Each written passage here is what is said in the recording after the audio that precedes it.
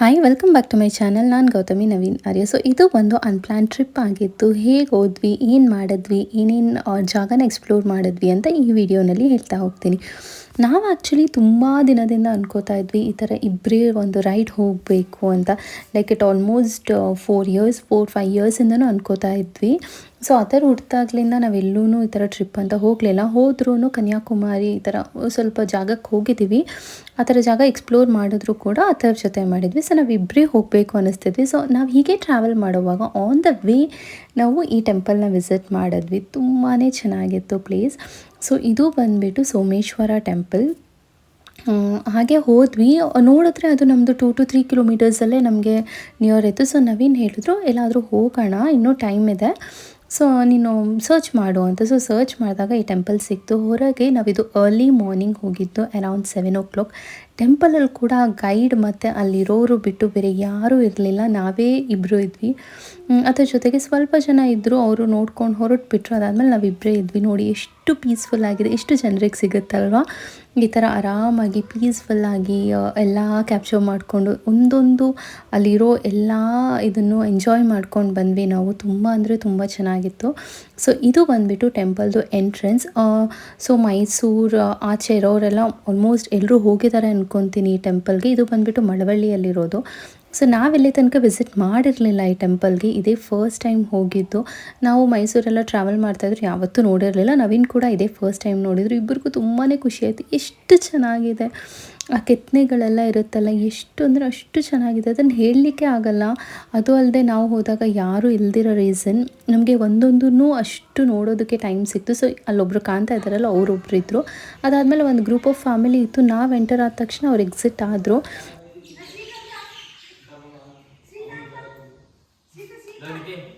ಏನು ಅನಿಸ್ತದೆ ನಿಮಗೆ ಮಿಸ್ ಆಗಿ ಬಂದು? ಇದು ತುಂಬ ಏನ್ಷಿಯಂಟ್ ಟೆಂಪಲ್, ತುಂಬ ಚೆನ್ನಾಗಿದೆ. ಒಂದೊಂದು ಶಿಲ್ಪ ಕೆತ್ತನೆಗಳು ತುಂಬ ಅದ್ಭುತವಾಗಿದೆ. ಸೊ ಎಂಟರ್ ಆದ್ವಿ. ಎಂಟರ್ ಆಗಿ ಒಳಗೆ ಹೋದಂಗೆ ನಿಮ್ಗೆ ಅದೇನೋ ಪಾಸಿಟಿವ್ ವೈಬ್ಸ್. ನೀವು ಹಳೆ ಟೆಂಪಲ್ಸ್ಗೆಲ್ಲ ಹೋಗಿ ನೋಡಿ, ಆ ಥರ ಪಾಸಿಟಿವ್ ವೈಬ್ಸ್ ಸಿಗುತ್ತೆ. ಮತ್ತು ಪ್ರತಿ ಚಿಕ್ಕದನ್ನು ನಾರ್ಮಲ್ ಟೆಂಪಲ್ಲೇ ಹಳೇ ಟೆಂಪಲಿಗೆ ಹೋಗಿ ಚಿಕ್ಕದ್ರ ಬಗ್ಗೆನೂ ನಾವು ಮಾತಾಡಬೇಕು ಅನಿಸುತ್ತೆ. ಬಿಕಾಸ್ ಆಗದ ಕಾಲದ ಟೆಂಪಲ್ನೆಲ್ಲ ಹಾಗೆ ಕಟ್ಟುತ್ತಾ ಇದ್ರು.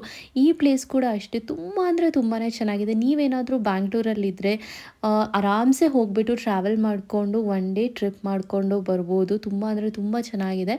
ನೋಡಿ ಇದು ಎಂಟ್ರೆನ್ಸ್.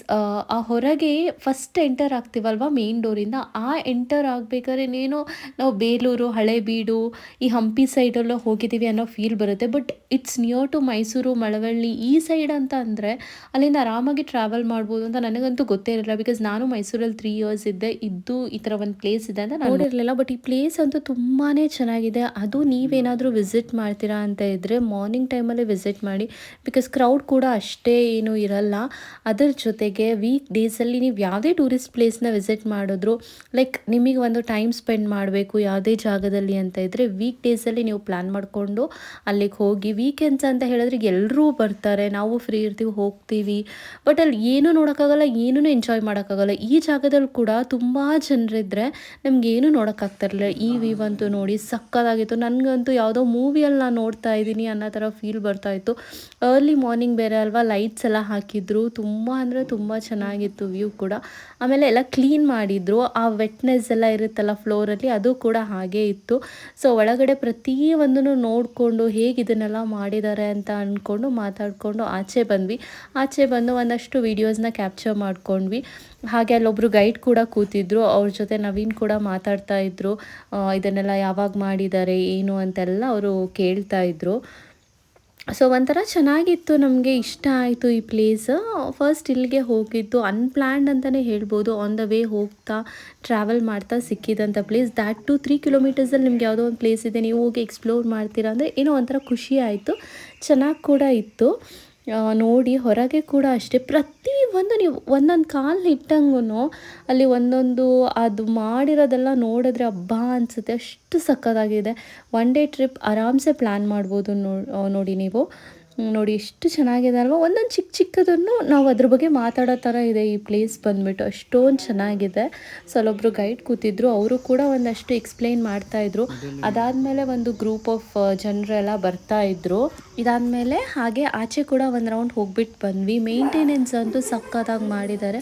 ಹಾಗೆ ಇಲ್ಲಿ ಬೋರ್ಡಲ್ಲಿ ಹಾಕಿದ್ರು ಯಾರ್ಯಾರು ರಾಜರಿದ್ರು, ಏನೇನು ಮಾಡಿದ್ರು, ಯಾಕೆ ಟೆಂಪಲ್ನ ಕಟ್ಟಿದ್ರು ಅಂತ. ಸೊ ಇದು ಬಂದು ಸಾಂಸ್ಕ್ರಿಟಲ್ಲಿತ್ತು, ಏನೂ ಅರ್ಥ ಆಗಲಿಲ್ಲ. ಬಟ್ ಕಲ್ಲಲ್ಲಿ ಈ ಥರ ಕೆತ್ತನೆ ಮಾಡಿದ್ದಾರೆ, ಅದನ್ನು ಬರೆದಿದ್ದಾರೆ ಅಂದರೆ ಏನು ಎಫರ್ಟ್ ಹಾಕಿರ್ತಾರಲ್ವ ಒಂದೊಂದಕ್ಕೂ ಅಂತ ನಮಗೆ ಅನ್ನಿಸ್ತಾ ಇತ್ತು. ಯಾರು ಈ ಟೆಂಪಲ್ನ ಕಟ್ಸಿದಾರೋ ಮಾಡಿದಾರೋ ಎಲ್ಲರಿಗೂ ಒಂದು ದೊಡ್ಡ ಹ್ಯಾಟ್ಸ್ ಆಫ್ ತಂದು ನಾವಿಬ್ಬರು ಮಾತಾಡ್ಕೊತಾ ಇದ್ವಿ.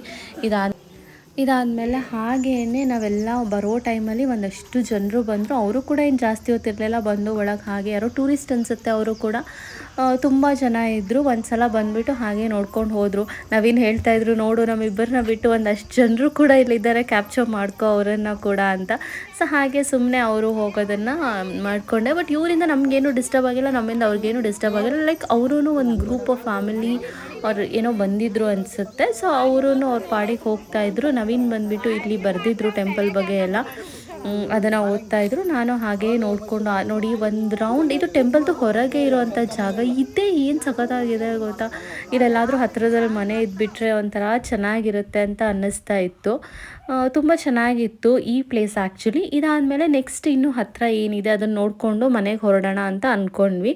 ಸೊ ನಾವು ನೆಕ್ಸ್ಟ್ ಹೋಗಿದ್ದು ಅನ್ಎಕ್ಸ್ಪೆಕ್ಟೆಡ್ ಜಾಗಕ್ಕೆ. ಆ್ಯಕ್ಚುಲಿ ಇದು ನಾವು ಅಂದ್ಕೊಂಡೇ ಇರಲಿಲ್ಲ ಇದೆಲ್ಲ ಇಷ್ಟೊಂದು ಹತ್ತಿರ ಇದೆ ಅಂತ ಹೇಳಿಬಿಟ್ಟು.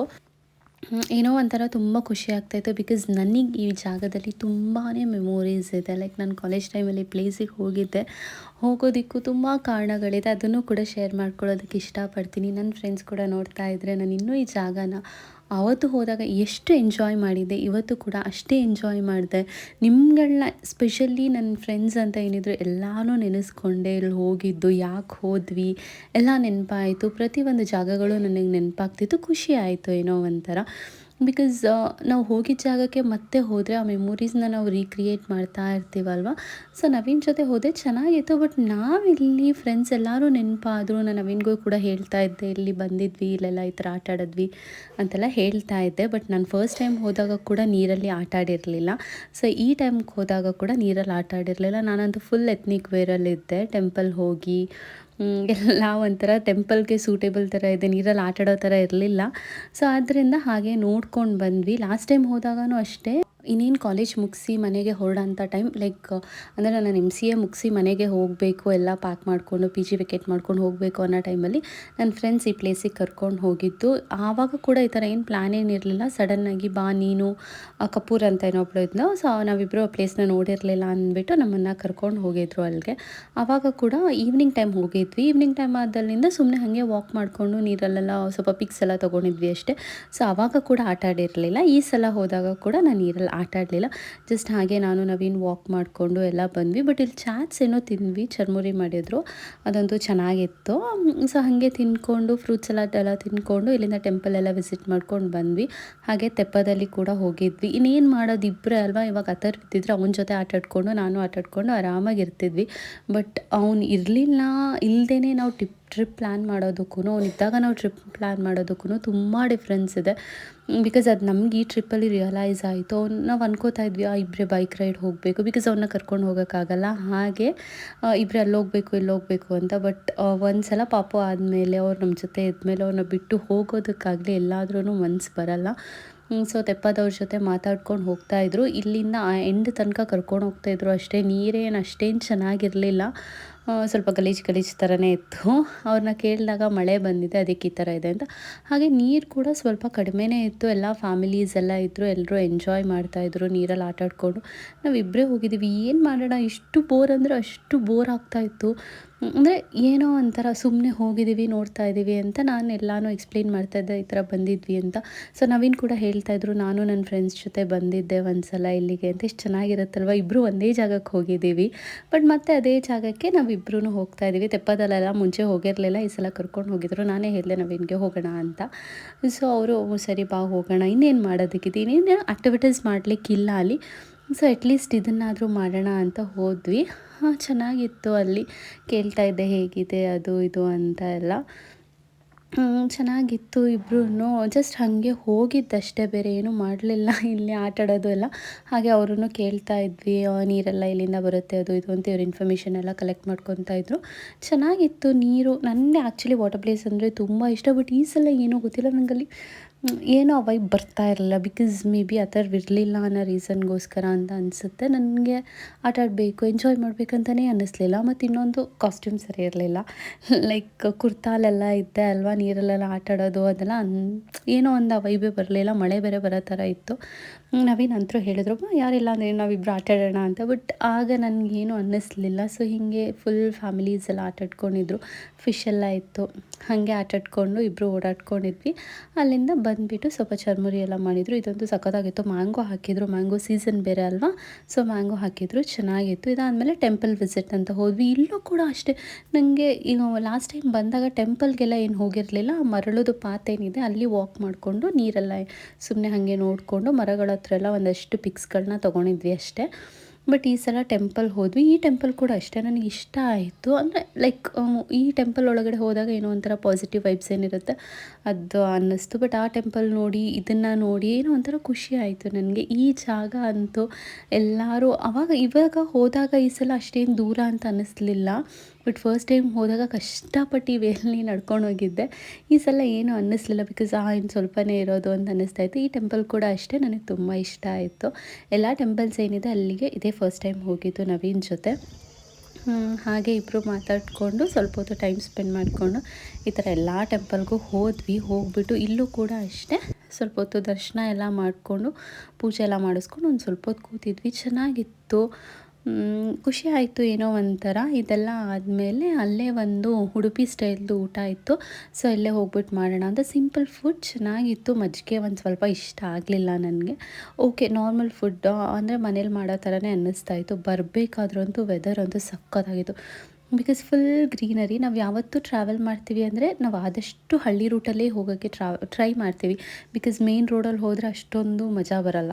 ಅಂದರೆ ಈ ಥರ ಗ್ರೀನರಿ ಇದನ್ನೆಲ್ಲ ನೇಚರ್ನೆಲ್ಲ ಎಂಜಾಯ್ ಮಾಡ್ಕೊಂಡು ಹೋಗ್ಲಿಕ್ಕಾಗಲ್ಲ. ಸೊ ಆದಷ್ಟು ನಾವು ಹಳ್ಳಿ ಮೇಲೇ ಟ್ರಾವೆಲ್ ಮಾಡೋದಕ್ಕೆ ಸ್ಟಾರ್ಟ್ ಮಾಡ್ತೀವಿ ಯಾವಾಗಲೂ. ಸೊ ಈ ವ್ಯೂ ನೋಡಿ ಏನು ಸಕ್ಕತ್ತಾಗಿದೆ ಅಲ್ವಾ. ಇನ್ನೇನು ಮಳೆ ಬರ್ತಾಯಿತ್ತು. ಇವತ್ತೊಂದು ಹೆಂಗಿತ್ತು ಅಂದರೆ ಒಂದು ಸ್ವಲ್ಪ ಹೊತ್ತು ಮಳೆ ಬರ್ತಾಯಿತ್ತು, ಮತ್ತು ಬಿಸಿಲು ಬರ್ತಾಯಿತ್ತು, ಮಳೆ ಬಿಸಿಲು ಅಂತಂದರೆ ಒಂದೊಂದು ಊರಿಗೂ ಒಂದೊಂದು ಥರ ವೆದರ್ ಚೇಂಜ್ ಆಗ್ತಾಯಿತ್ತು. ನಾನಂತೂ ಕಂಪ್ಲೀಟಾಗಿ ಎಂಜಾಯ್ ಮಾಡಿದ್ದೀನಿ ಈ ಜರ್ನಿ ಚೆನ್ನಾಗಿತ್ತು. ಹೇಗೆ ಬ್ಯಾಂಗ್ಳೂರು ಬಂದ್ವಿ, ಹೇಗೆ ಬಂದು ರೀಚ್ ಆದ್ವಿ ಅನ್ನೋದೇ ಗೊತ್ತಾಗಲಿಲ್ಲ. ಸ್ವಲ್ಪ ದೂರ ಅನಿಸಿದ್ರು ನಮಗೆ, ಬಟ್ ಒಂಥರ ಚೆನ್ನಾಗಿತ್ತು. ಸೊ ಅಲ್ಲೊಂದು ನಿಮಗೆ ಲೇಕ್ ಕಾಣ್ತಾ ಇರ್ಬೋದು, ಎಷ್ಟು ದೊಡ್ಡದಾಗಿತ್ತು ಗೊತ್ತಾ. ಖುಷಿ ಆಗ್ತಾಯಿತ್ತು ಏನೋ ಒಂಥರ.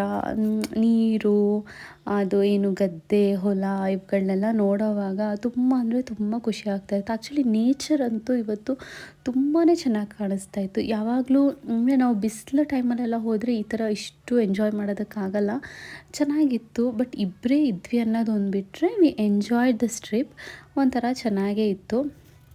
ಸೊ ಎಲ್ಲ ಎಂಜಾಯ್ ಮಾಡಿಕೊಂಡು ಈ ಥರ ಹಳ್ಳಿಗಳ ಮೇಲೆ ಈ ರೀತಿ ಒಂದು ಊರಲ್ಲಿ ಬಿಸಿಲಾದರೆ ಇನ್ನೊಂದು ಊರಲ್ಲಿ ಮೋಡ, ಇನ್ನೊಂದು ಊರಲ್ಲಿ ಮಳೆ, ತುಂಬ ಚೆನ್ನಾಗಿತ್ತು. ಇದು ನೋಡಿ ಮಳೆ ಬರ್ತಾ ಇರ್ಬೋದು. ಮಳೇಲಿ ಈ ಥರ ನಿಮ್ಮ ಇಷ್ಟ ಇರೋರ ಜೊತೆ ಒಂದು ರೈಡ್ ಹೋದರೆ ಎಷ್ಟು ಚೆನ್ನಾಗಿರುತ್ತಲ್ಲ. ಸೊ ಟೋಟಲಿ ಇವತ್ತು ನನ್ನ ಆಸೆ ಎಲ್ಲನೂ ಒಟ್ಟಿಗೆ ಒಂದೇ ದಿನ ಫುಲ್ಫಿಲ್ ಆದ ಥರ ಆಯಿತು. ಬಟ್ ಸ್ಟಿಲ್ ಈ ಟ್ರಿಪ್ಪಲ್ಲಿ ನಾನು ಮಿಸ್ ಮಾಡ್ಕೊಂಡಿದ್ದು ಅಂತ ಹೇಳಿದ್ರೆ ಅಥರ್ವ್ನ. ಅವ್ನು ಇದ್ದಿದ್ದಿದ್ರೆ ಇದೊಂದು ಕಂಪ್ಲೀಟ್ ಹ್ಯಾಪಿನೆಸ್ ಟ್ರಿಪ್ ಆಗ್ತಿತ್ತು. ಸೊ ಹಾಗೆ ಐಸ್ ಕ್ರೀಮ್ ತಿಂದೆ. ಇದು ಅರುಣ್ ಅವ್ರದ್ದು ಮ್ಯಾಂಗೋ ಐಸ್ ಕ್ರೀಮ್ ತುಂಬಾ ಚೆನ್ನಾಗಿರುತ್ತೆ. ನಾನು MCಯಲ್ಲಿ ಇರೋ ಟೈಮಲ್ಲಿ ನಾನು ಇದನ್ನು ತಿಂತಿದ್ದೆ. ಸೊ ಅದಾದಮೇಲೆ ನವೀನ್ಗೂ ಹೇಳಿ ಇಬ್ಬರು ಕೂಡ ತಿಂತೀವಿ. ಸೊ ಈ ಥರ ದಾರಿನ ಎಕ್ಸ್ಪ್ಲೋರ್ ಮಾಡಿಕೊಂಡು ವಾಪಸ್ ಬಂದು ಸೇಫಾಗಿ ಮನೆ ತಲುಪಿದ್ವಿ. ಇದಾಗಿತ್ತು ನಮ್ಮ ಈ ದಿನದ ಅನ್ಪ್ಲ್ಯಾನ್ಡ್ ಟ್ರಿಪ್. ಸೊ ನಿಮ್ಮೆಲ್ಲರಿಗೂ ಇಷ್ಟ ಆಗಿದೆ ಅಂತ ಭಾವಿಸ್ತಾ ಈ ವಿಡಿಯೋನ ಇಲ್ಲಿಗೆ ಎಂಡ್ ಮಾಡ್ತಾ ಇದ್ದೀನಿ. ಈ ವಿಡಿಯೋ ಇಷ್ಟ ಆದರೆ ಲೈಕ್ ಮಾಡಿ, ಶೇರ್ ಮಾಡಿ, ಹಾಗೆ ನನ್ನ ಚಾನಲ್ನ ಸಬ್ಸ್ಕ್ರೈಬ್ ಮಾಡೋದನ್ನು ಮರಿಬೇಡಿ. ಯಾರೆಲ್ಲ ಸಬ್ಸ್ಕ್ರೈಬ್ ಮಾಡಿದ್ದೀರಾ ಅವ್ರಿಗೆ ಥ್ಯಾಂಕ್ ಯು ಸೋ ಮಚ್. ಇನ್ನೂ ಯಾರು ಸಬ್ಸ್ಕ್ರೈಬ್ ಮಾಡಿಲ್ಲ ಹೋಗಿ ಸಬ್ಸ್ಕ್ರೈಬ್ ಮಾಡ್ಕೊಂಬನ್ನಿ. ಇನ್ನು ಹೆಚ್ಚು ವಿಡಿಯೋಗಳೊಂದಿಗೆ ಮತ್ತೆ ಸಿಗೋಣ. Thank you, bye.